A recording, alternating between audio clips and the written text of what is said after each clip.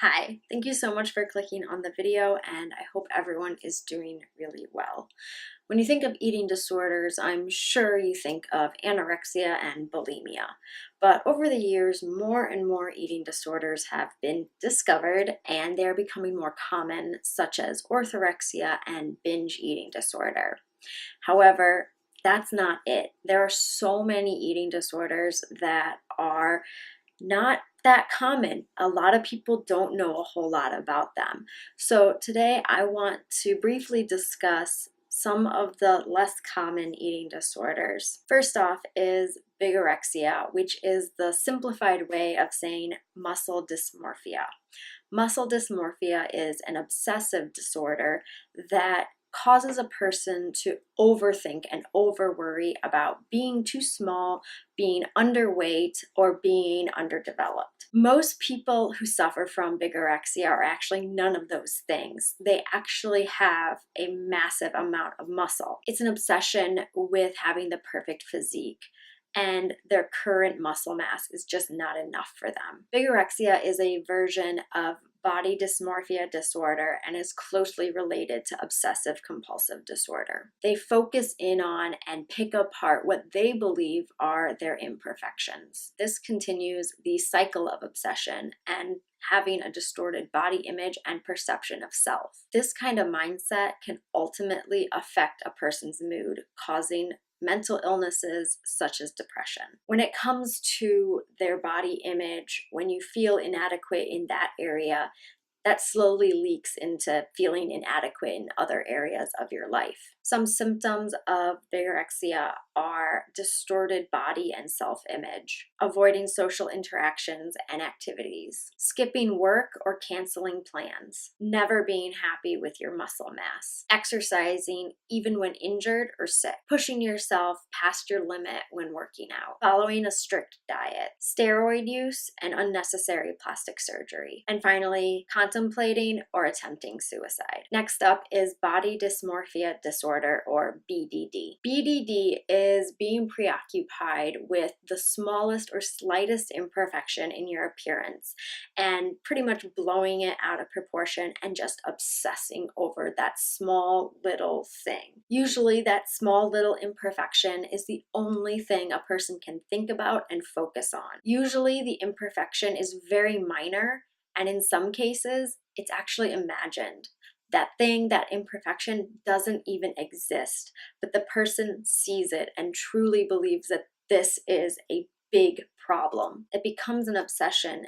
It's way more than just a little concern. BDD can make everyday normal activities close to impossible, and it can ruin relationships. Some symptoms of BDD are low self-esteem, ridiculous fears of rejection from other people because you perceive yourself as ugly or not worthy, unable to control their obsession with their appearance and their perceived imperfections. The smallest thing, present or imagined, can become a life-consuming obsession. It becomes excessive. The obsession becomes distressing to the point where you barely can function in professional or personal situations. This mental disorder can lead to complete dissatisfaction with your body image, your body shape, and your self-worth.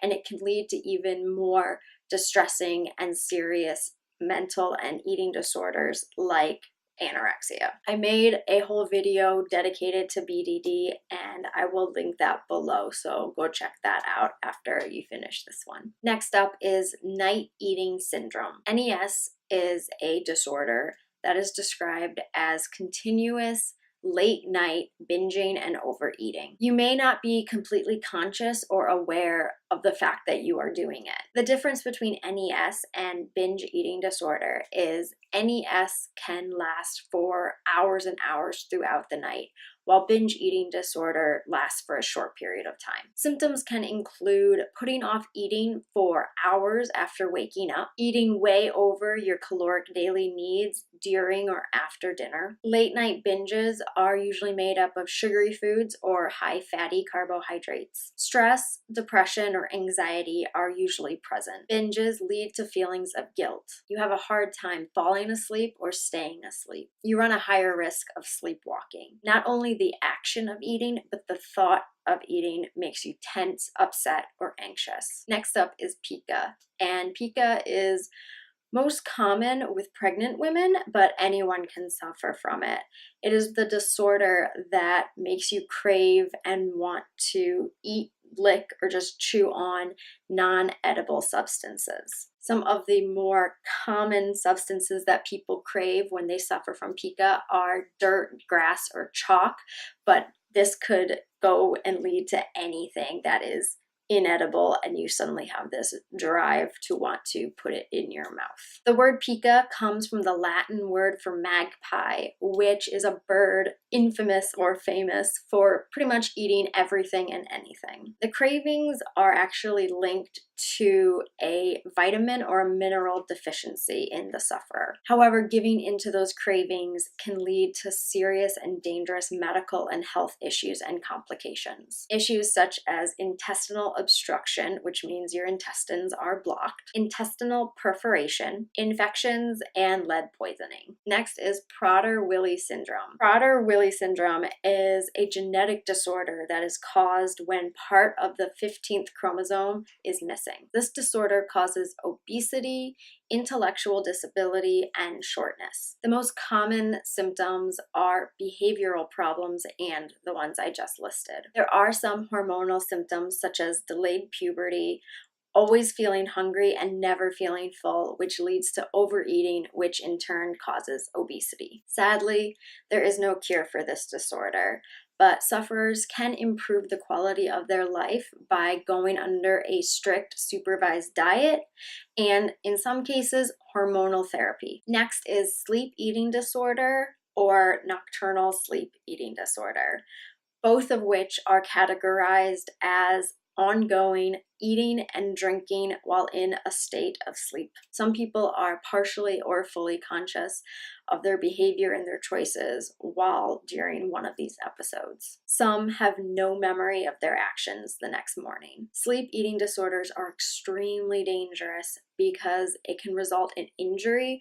or eating things that are toxic or non-edible. Obviously, this kind of hidden binging can lead to serious medical and health issues. Sleep eating disorders can be caused by certain medication, an already present eating disorder, or a present sleep disorder. Working through the underlying issues can help resolve the sleep eating disorder. Symptoms include frequent nightly out of control eating and drinking, lack of consciousness during an episode, little to no memory of your actions, binging on fatty foods or weird food combinations, possibly eating non-food or toxic items, experiencing injury while preparing the food. During an episode, other people can't wake you up. Next is eating disorders not otherwise specified. It is sometimes called other specified feeding or eating disorders.